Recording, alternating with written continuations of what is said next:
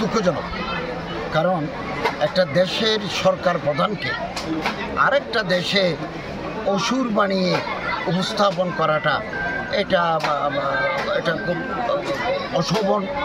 অসম্মানজনক। আমরা এটাকে নিন্দা জানাই। আমরা মানুষের প্রতি সম্মান দেখাতে চাই।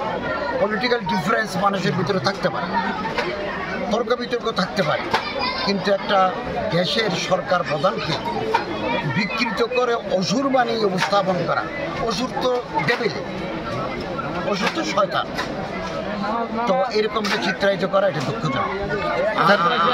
আমি মনে করি যারা এই কাজগুলো করেছেন তারা এটা ভালো কাজ করেন নাই। এটা আমাদের মানুষের প্রতি মানুষের যে সম্মান না, এখন তো আমাদের সরকার প্রধান দেশের বাইরে, পররাষ্ট্রমন্ত্রীও বাইরে কারা করেছে এগুলো খোঁজ দিতে হবে। আমাদের পররাষ্ট্রমন্ত্রী পররাষ্ট্র উপদেষ্টা ওনারা কালকে আসবেন, ওনারা সিদ্ধান্ত নেবেন করতে হয়। এটা দেশে অত্যন্ত উৎসাহ উদ্দীপনা, ধর্মীয় ভাব গাম্ভীর্য, সনাতন ধর্মের অনুসারীরা তাদের সর্ববৃহৎ ধর্মীয় উৎসব দুর্গা পূজা তারা উদযাপন করছে। এই পর্যন্ত আমাদের কাছে কোনো দুর্ঘটনার খবর রিপোর্ট আমাদের কাছে আসে নাই। বাংলাদেশ সরকার সমস্ত প্রস্তুতি গ্রহণ করেছে এবং নিরাপত্তার সর্বোচ্চ ব্যবস্থা আমরা সরকার নিয়েছি এবং আমাদের গোয়েন্দা সংস্থা, প্রশাসন, জেলা, উপজেলা, র্যাব, পুলিশ, আনসার গোয়েন্দা সংস্থারা মাঠে রয়েছে।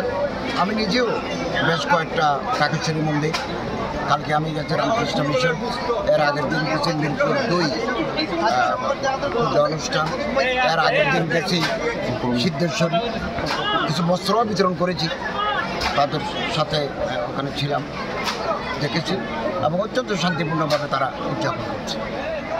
আমরা আজকে তো অষ্টমী, নবমী গেল, কালকে দশমী হয়ে যাবে।